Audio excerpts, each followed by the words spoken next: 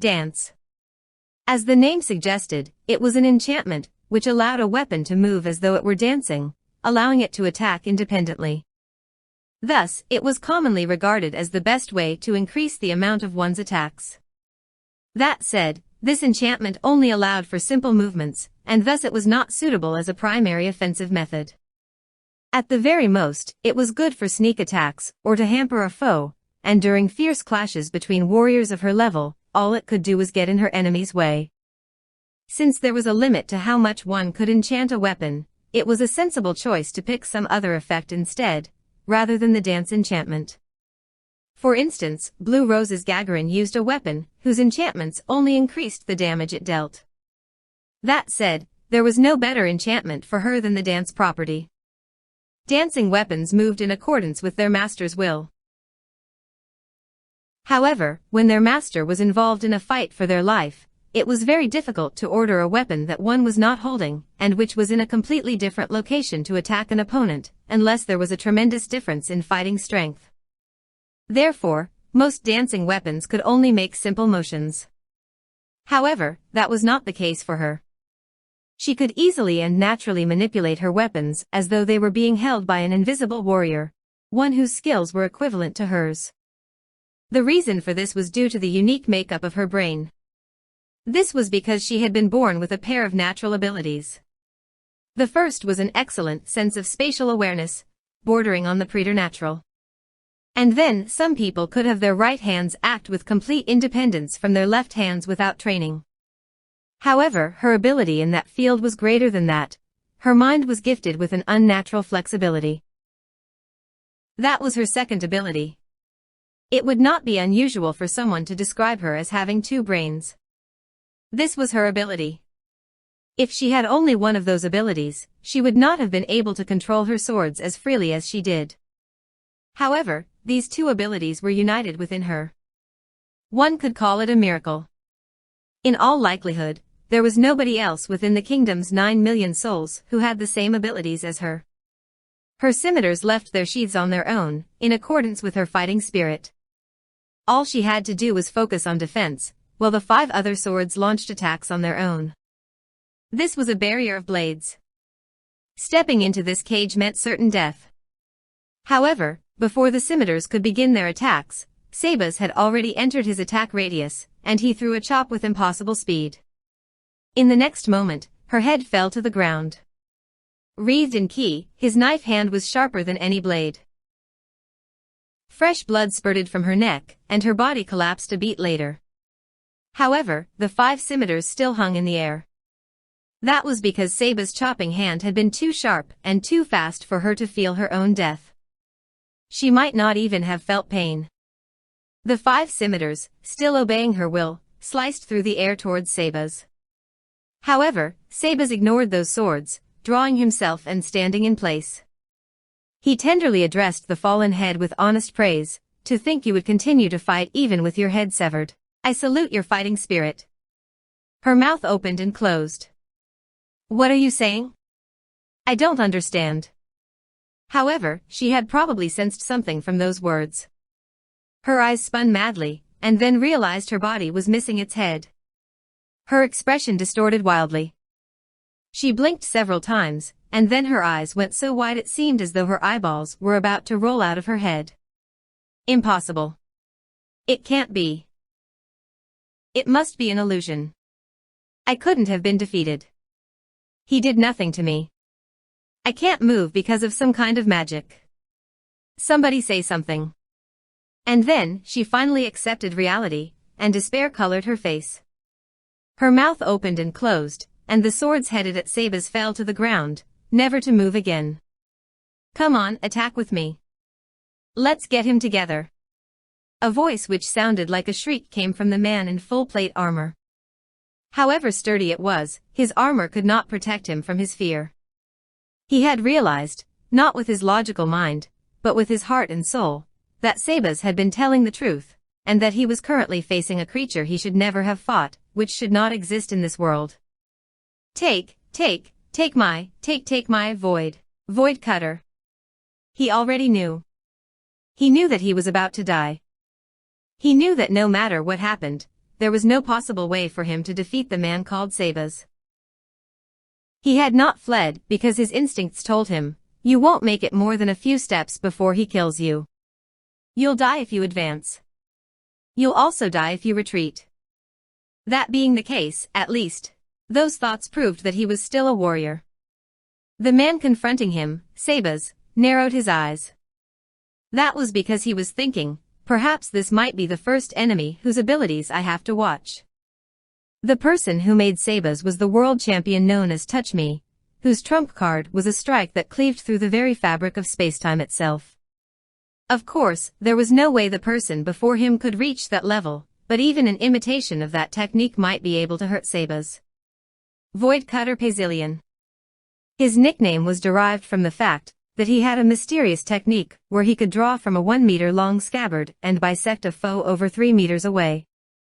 In truth, this move did not actually cut through space. The secret lay in the sword. There was a type of sword called the Yurumi. It was a long blade made from a flexible metal which bent easily. The weapon Pazillion carried was an Yurumi, which had been so finely sharpened that it could be called a sword of cutting string. Perhaps a metal whip might be a more accurate name. A high-speed drawcut with such a weapon could kill a foe without leaving a mark, only a lingering arc of cold light, thus leading to his nickname. Compared to the rest of 6 arms, this move was more of a trick, but the fact that he could skillfully use a weapon which was so difficult to master proved his incredible warrior skills. If one handed the same weapon to Gazef, even the man hailed as the mightiest warrior would not be able to wield it as well as Pazillion. In addition, its power was not diminished even if one saw through the trick. The frightening aspect of the whip lay in the ridiculous speeds its tip could reach. Seeing and then avoiding it was very difficult, no, it was almost impossible. It was an ultra-high-speed slash. What difference was there between an attack which humanity could not respond to and cutting through the air itself? However, the tip of the sword, the leading edge of that high-speed attack, was caught between 2 fingers. So casual was that movement, that it looked like something which had been picked up off the ground. Sabas carefully examined the metal between his fingertips, and arched an eyebrow. What is this, and to think you called it cutting through the void? Ye art. With a strange, bird-like cry, a rapier lanced out at Sabas. 1,000 kills Momvist. His main weapon, Rose's Thorn, was enchanted with 2 magical properties. The first was flesh grinding. In the instant the sword struck its foe's body, this fearsome magic would twist the surrounding muscle and tissue. The effect was to rip and tear at the flesh around the injury site, leaving hideous wounds. The other was Master Assassin. That enchantment enlarged wounds, and made even the slightest scratch a severe injury. Those 2 abilities were vicious enough, but there was one more ability on top of those. It was not a magical power, but poison. The tip of Rose's Thorn was smeared with a lethal concoction of many poisons. Momvist had prepared this because he was not originally a warrior, but more of an assassin. Since he wielded his sword to slay his foe, he had assembled this combination with the objective of killing his enemy within a short period of time, by any means necessary. Indeed, even a single scratch could be fatal. Without the proper countermeasures, even Gazef Stronov and Brain Unglaus would perish beneath his blade. However, there was a weakness among all this. Since he relied on his ability to win by causing a single scratch, Momvist's swordsmanship was subpar. However, his lunges were the real deal. His lightning thrusts were arguably superior even to those of Gazef Stronov. In other words, this was the strongest stab in the royal capital. And then this move was further augmented by many martial arts, almost as many as the former Black Scripture member Clementine. However, Sabas did not dodge it. He did not need to dodge it. Momvist, who had made that thrust with all his might, could not bring himself to speak. Rose's Thorn, a vicious weapon, that could kill with the slightest scratch. He saw Sabas blocking it with his finger. Indeed, Sabas had halted the tip of the rapier with the pad of his index finger. What? Momvist blinked repeatedly, so much that it seemed unnatural. Only after that did he realize that it was not an illusion, that he was not dreaming, and then he managed to gasp a few words out. That was the only thing he could do. This made no sense at all. His experience told him that the fleshy pad of a finger could not possibly stop a thrust which could even pierce steel. Yet, what he saw before his eyes was reality. Malvis could not budge an old man's gently raised finger with all his strength. Rose's thorn bent. He tried to pull the rapier back to try and strike somewhere else, but before he could do so, Sabas had pinched its tip between his thumb and index finger. That immobilized the blade. Before him stood an immovable mountain. He saw that his colleague was also desperately trying to pull his own sword back. Amidst this situation, a voice of iron rang forth, cutting through everything. "All right, my turn." In the next instant, Hazilian's head exploded. Diamond suit, diamond suit, diamond suit. An attack like this could be considered quite rare coming from Sabas. Until now, he had been using proper technique, but this blow had been born of thoughtless anger, punching off his opponent's head with sheer brute force. He shifted his gaze to the right hand which he had extended toward the now disintegrated head. His white glove was flecked with spots, and the stench of rusted iron wafted forth. What a gaffe! He let go of the rapier, and used the fingers which had held it to peel off and discard the blood-stained glove. In the instant that it hit the stone floor, Mombist hooked it away with the tip of his slender blade, snatching the glove away. Perhaps Mombist was very confident that he had been as swift as a shooting star in the night sky, but to Sabas it was so slow that he wanted to yawn. He could have shattered the rapier, or stepped forward and explosively decapitated his opponent, or done many other things to take his glove back. However, he simply could not understand what his opponent was aiming for. Confused, Sabas did not make a move, but directly asked, "What are you trying to do?" "This is it. This must be the magic item that's making you stronger." It was merely a glove made out of cloth. His voice sounded like a broken gong. Foam flecked the corner of his mouth. His eyes were bloodshot. Mombist's mind was probably half lost in a world of madness. Having witnessed an unbelievable sight, he was desperately scrabbling for some reason to explain what he had seen. "You need only acknowledge my strength. Why are you thinking like this?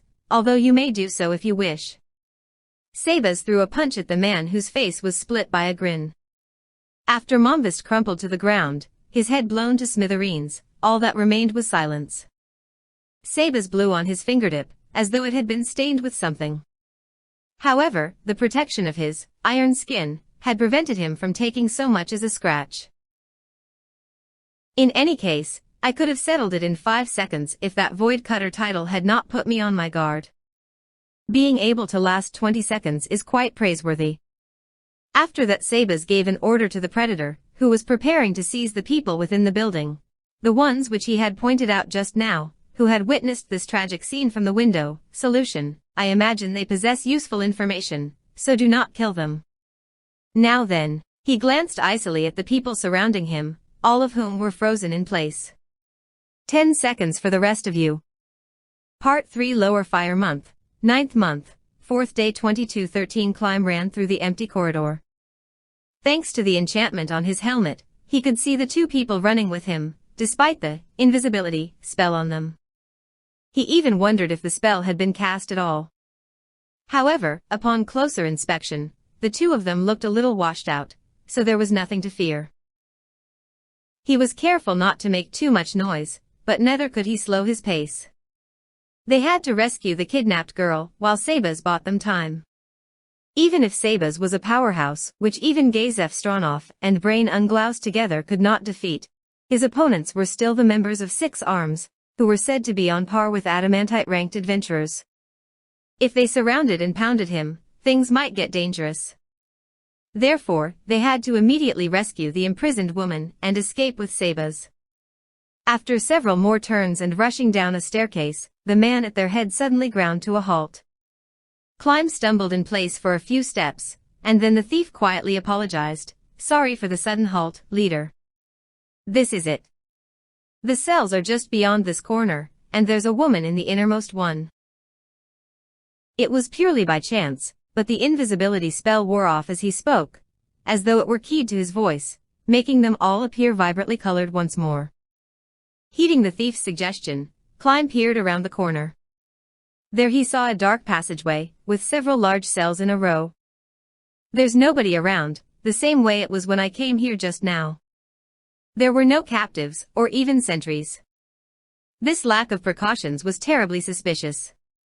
It was as though someone was trying to lure them in. However, when one thought about it calmly, nobody would be suicidal enough to infiltrate a building where the strongest members of 8 fingers, 6 arms, were gathered. Climb and the others would not have taken that risk either, if not for the fact that Sabas was serving as a decoy and another woman was locked up here. The others probably thought the same way too. This casual attitude and the openings they had left were a great boon to Climb's team. This was what people called pride going before a fall. Then let's move in quickly and rescue the hostage. Perhaps it was because they were on deadly ground together, but the thief's tone had become a lot friendlier than just now. Brain asked him, "Before that, can I ask a question? What's with those double doors all the way inside?" Looking down the corridor, there was a set of double doors, just as Brain had said. Well, given what I've seen until now, these aren't jail cells lined up here, but animal cages. I think the doors in there lead to a place where the beasts can be led into something like an arena. I see indeed, I can smell beasts from those cells. I heard that in the Empire, they allow magical beasts to fight in their arenas. Climb sniffed at the air like Brain did. There was the odor of animals, carnivorous beasts, to be precise. However, there's a difference between taking them for training or using them for public executions. I don't really want to think about what other things you could use them for, but I guess they might have put on a monster exhibition or something. Look at how far I've drifted from the topic. Shall we? Climb nodded to Brain's question, as did the thief. The thief led the way, followed by Climb and Brain. The 3 of them reached the innermost cell without encountering anything, and then the thief began inspecting the cell door. The magic activated, and there was the sound of the cell door lock disengaging. The thief looked unhappy, but there was no time. All Climb could hope for was that he would not mind a small thing like this. "Is that Swear-san?" Climb called out to the woman in the cell. The woman lying on the floor propped herself up. Her description was an exact match for the one Sabas had provided, and she was dressed in a maid's uniform. They probably had the right person, given that she had probably been wearing the same thing when she had been kidnapped. That calmed Climb down greatly. Their first objective had been achieved. Next was their second objective of getting her safely out of here. "Sabas-sama asked us to rescue you. Please, follow me." The woman, Swear, nodded as Climb spoke to her. As Swear emerged from the cell, she looked at Brain and then the thief. She looked a little surprised. In particular, her eyes lingered longest on Brain. "There's no noise from behind this door, the one which might lead to an arena. Still, it's too risky to enter a place we don't know anything about. We ought to stick to the plan and retrace our steps." Climb and Brain approved. Or rather, they were both warriors, and they knew this sort of decision was best left to a professional, hence their ready agreement. Climb looked down at Swear's feet and made sure that she was wearing shoes. That way she ought to be able to run. "Then, let's get out of here before the enemy arrives." "Right, I got it. I'll lead and you follow, like just now. However, there's no invisibility magic this time round. I'll be advancing while keeping an eye open, so don't miss my signals." "Got it. What's the matter, Brain-sama?" Climb asked Brain, who had been studying Swear intently. "Oh no, it's nothing, Climb-kun." Brain wrinkled his brow, but said nothing else. Climb glanced at Swear, but did not see anything which particularly drew his attention. She looked like nothing more than an imprisoned maid. "There's nothing, right? Then, shall we?" The thief began running, followed by Climb and Brain. Swear was at the rear. After running past the cells, the thief slowed down before he turned the corner. He was probably checking out the situation around the corner. However, someone turned the corner, as naturally and casually as though they were taking a stroll, standing in front of the thief. The man had been prepared for someone to get in their way, but he was still hard-pressed to react when it actually happened. Just as Climb froze in place from the sudden development, the thief made use of the reflexes a former orichalcum ranker ought to have. He readied his dagger and stepped forward with murderous intent. And then, there was a tremendous crash as the thief flew back, as though a bull had knocked him away. Fortunately, Climb caught him. Given that the thief could not brace himself, he might have been badly hurt just from hitting the ground in this state. However, although Climb caught him, he could not fully absorb the impact, and the two of them rolled to the ground. Climb was worried about the thief's groan as he tried to fight back the pain, but he was more concerned about the man who had appeared before them. That was because he was most definitely an enemy. The person who stood in their way was a bald man. His body bulged with muscles, his face looked like a boulder, and he was covered in animal tattoos. The man's name flashed through Climb's brain, and his surprise took physical form as a sound. Zero. This man was one of the 6 arms, and the leader of their security division, the mightiest being in 8 fingers. Indeed, kid. You're that whore's slave, aren't you? Humph. To think there'd be ants crawling in here. Just leave a bit of bait out and you're everywhere. It pisses me off. Zero spared only a glance for Climb, and the thief on the ground before turning his stern gaze onto Brain. He sized the man up from head to toe, evaluating the worth of Brain the warrior. Climb was grateful that this mighty person had not bothered to take him seriously, and then he checked on the thief. Are you all right? Do you have some way to heal yourself? He asked quietly for fear Zero's attention would turn on them. There was no answer, just the sound of unimaginable pain. The shocking thing was that there was a fist-shaped dent in his breastplate. It clearly illustrated the power of a single punch from Zero. After shaking his head several times, the thief finally came to his senses. Climb did as the thief asked and felt around his waist. I've seen your face before. You're Brain Unglaus, aren't you? The man who fought on par with Gazef Stronov. Your name's not for show, none of your movements expose any weaknesses. By the looks of that, you must have been training yourself after that tournament. Now I understand. Succulent didn't lose because he was careless, but because he faced you head-on. He lost because his foe was too strong. I have to forgive his failure just this once. Alright, you made me lose face, so normally I'd have to kill you. However, I'm a generous man. On account of your peerless sword skills, I'll give you a chance. Kneel before me and swear to be my subordinate, and I'll spare your life. You won't stinge on the money, will you? Oh, are you interested? Why not hear you out? I did beat Succulent, so I should be able to look forward to good treatment, no? Ha ha ha. Your desires do run deep. You're talking money before begging me for your life. You can't take it with you, you know. Oi oi, what the hell? You mean you can't pay? I didn't expect you lot to be that poor. Or are you pocketing all the money yourself? The hell you say? Zero's knuckles cracked with tension. You've got a mouth on you, Unglaus.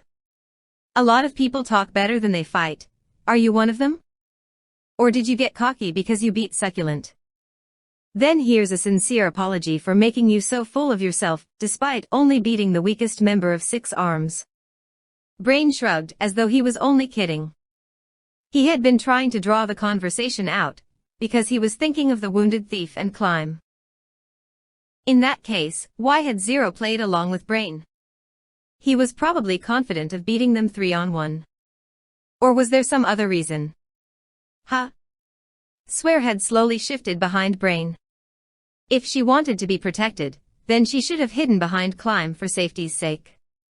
There was no need to savor the thrill of danger by moving behind the man staring down Zero. Brain worked his shoulders and glanced behind himself. It was a very subtle movement and Climb was not certain of it. However, his gaze had been directed at Swear, and there was no goodwill in his eyes. No, that was most certainly the way in which he would look upon an enemy. Why move there? Was he looking at me? No, that's not it. Something had happened. Climb rose uneasily to his feet. Humph, so the ant stood up? Bought enough time for him, haven't you? It's about time to tell me what you really think. No, there's no need to speak. Kneel, or don't kneel. Show me, Unglaus. Brain snorted. This was enough. Then die. He extended his left hand straight out and pulled his right hand back, clenching his fist as he did so. He lowered his waist straight down, but his body was rigid and unmoving. The way his muscles bulged almost made one think that they were creaking. At this moment, Zero was easy to describe. He was like a massive boulder, or no, perhaps it would be better to say he was like a raging bull. In contrast, Brain lowered his stance as well. His movements were the same as Zero's, but there was a world of difference between the two of them. If Zero was like the roaring rivers, then Brain was like a gentle brook. If Zero was the attacker, then Brain was the defender. I ordered them not to kill the old man, but the ones greeting him are a bunch of hotheads. They might go too far by accident and end his life. That would be troublesome. I have to kill the old man personally, in order to let everyone know how stupid it is to oppose us. His face twisted wickedly. It was as though to demonstrate how hatred could make a person ugly. Unglaus, I will make you the foundation of my reputation as the strongest warrior. I'll use your tombstone to show everyone the fate of anyone stupid enough to challenge 6 arms. As for the whore's slave, I'll pretty his head up and mail it back to her. A wave of bloodlust washed over them from the front. However, it was nothing compared to what they had experienced from Sabas back then. Climb's eyes sharpened and he stared back, leaving Zero a little disappointed. Really now? I understand. Then, I shall be your opponent, Zero. Climb, I'll leave the enemy behind to you. Climb did not understand what he had said for a moment. But it was only Climb who did not understand. The thief hurled a throwing knife at Swear. The flying blade which the former Orichalcum-ranked adventurer threw was swift and sharp. Swear barely managed to evade it. According to Sabas, Swear should have been an ordinary